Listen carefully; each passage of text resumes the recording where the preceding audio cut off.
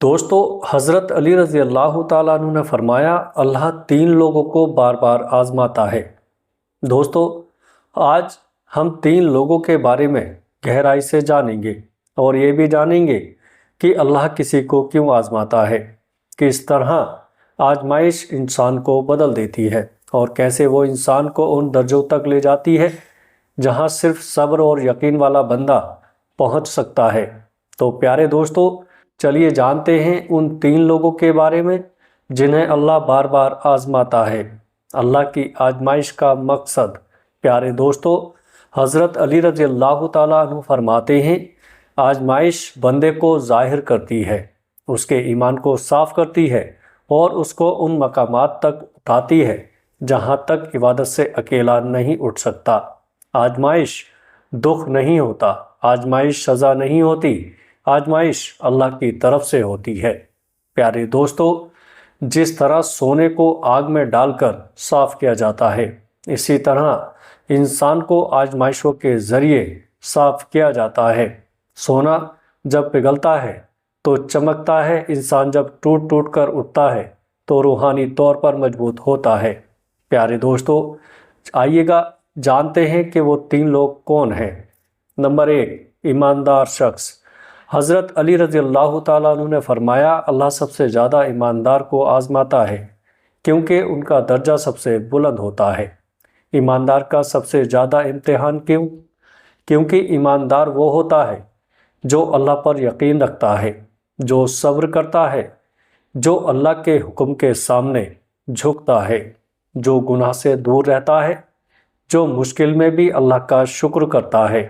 جتنا ایمان مضبوط ہوتا ہے اتنی ہی آزمائش گہری ہوتی ہے۔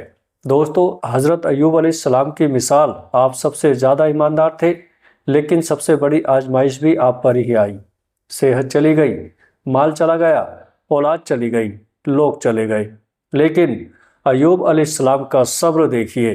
دوستو، یا اللہ، اگر تو مجھ سے راضی ہے تو مجھے کوئی شکایت نہیں۔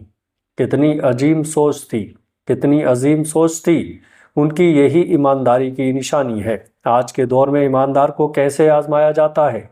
کبھی رزق روک کر، کبھی کام ختم ہو جائے، کبھی کاروبار گر جائے، کبھی صحت کا امتحان، کبھی پریوار کا دباؤ، کبھی دوستوں کی ناشکری۔ لیکن ایماندار بندہ ہر مشکل میں کہتا ہے اللہ نے دیا تو خوشی سے لیا، اللہ نے لیا تو صبر کر لیا۔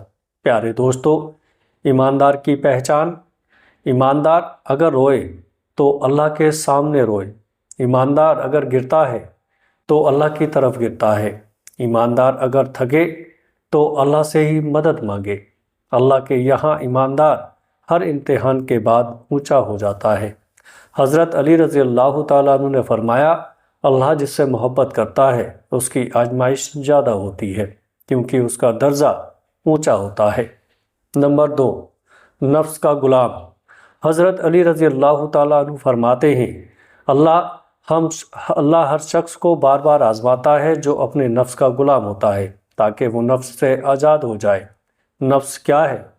نفس وہ آواز ہے جو شارٹ کٹ ڈھونڈتی ہے، جو خواہشیں بڑھاتی ہے، جو گناہ کو ہلکا بناتی ہے، جو دنیا لطف کو ایمان پر ترجیح دیتی ہے۔ پیارے دوستو، اللہ چاہتا ہے کہ بندہ نفس کا غلام نہ رہے بلکہ اپنی روح کا سلطان بنے۔ نفس کا امتحان، نفس والے کو اللہ بار بار روکتا ہے، نفس والے کو اللہ بار بار روکتا ہے، کبھی نقصان کے ذریعے، کبھی مشکل کے ذریعے، تاکہ بندہ سمجھ جائے زندگی میرے کنٹرول میں نہیں، اللہ کے کنٹرول میں ہے۔ نفس کا امتحان، آج کے زمانے میں بندہ نفس سے کس طرح آزمایا جاتا ہے۔ گناہ آسان بن گیا ہو، حرام آس پاس ہو، غصہ، جلن، حسد، اللہ بندے کو بار بار روکتا ہے۔ پیارے دوستو، بار بار امتحان لیتا ہے تاکہ بندہ سنبھل جائے۔ حضرت علی رضی اللہ تعالیٰ عنہ نے فرمایا نیک بندہ وہی ہے جو اپنے نفس کا محاسبہ کرے، ورنہ نفس اس کو بربادی کی طرف لے جاتا ہے۔ نمبر 3، ظالم بندہ۔ حضرت علی رضی اللہ تعالیٰ عنہ نے فرمایا اللہ ظالم کو بھی بار بار آزماتا ہے تاکہ وہ یا تو راستہ بدل لے یا پھر اللہ کا فیصلہ اس پر آئے گا۔ ظالم کون ہوتا ہے؟ ظلم صرف کسی کو مارنا نہیں، ظلم کے کئی روپ ہوتے ہیں۔ کسی کا حق ماننا، کسی کا دل توڑنا، کسی کو ذلیل کرنا، جھوٹ بول کر فساد کرنا، غریب کا حق دبانا، اپنے گھر والوں پر ظلم کرنا، اپنے آپ پر ظلم یعنی گناہ کرنا۔ ظالم بندہ آزمائشوں میں کیوں آتا ہے؟ کیونکہ اللہ ظالم کو موقع دیتا ہے، آواز دیتا ہے، اشارہ دیتا ہے۔ کبھی مشکلیں ضرور، کبھی نقصان کے بارے میں، کبھی بے چینی کے ذریعے، کبھی عزت ہونے سے پہلے عزت جانے کے ضرور۔ مثال فرو کی مثال، اللہ نے اس کو موقع دیا، دولت دی، حکومت دی، لیکن وہ نہ بدلا۔ پھر جب حد پار ہوئی تو پھر اللہ کا فیصلہ ہوا۔ دوستو، آج کے دور میں ظالم کا امتحان، آج کے دور کا ظالم کون ہے؟ جو اپنے گھر میں ظلم کرتا ہے، جو اپنا نوکر پر ظلم کرتا ہے، جو اپنے بچوں کو دکھ دیتا ہے، جو لوگوں کا حق کھا جاتا ہے، جو دھوکہ دھڑی کرتا ہے، جھوٹ بولتا ہے، جو ماں باپ پر بری سلوکی کرتا ہے۔ اللہ ظالم کو ترنت نہیں پکڑتا، پہلے موقع دیتا ہے، پھر اگر وہ نہ سمجھے تو پھر پکڑ مضبوط ہوتی ہے۔ حضرت علی رضی اللہ تعالیٰ عنہ نے فرمایا، ظلم کی نشانی یہ ہے کہ بندہ اپنی غلطیوں کو چھوٹا سمجھتا ہے۔ آزمائش کا جواب کیسے دے؟ حضرت علی رضی اللہ تعالیٰ عنہ نے فرمایا، امتحان کے وقت 3 باتیں بتائی گئیں۔ صبر سب سے بڑھ کر کچھ نہیں، صبر امتحان کو روحانی تربیت بنا دیتا ہے۔ شکر سے رزق بڑھتا ہے، مشکل میں شکر بندے کو اللہ کے قریب کر دیتا ہے۔ اور دعا سے دل ہلکا ہو جاتا ہے اور راستہ آسان ہوتا ہے۔ آزمائش کی علامت اللہ کے قریب ہے۔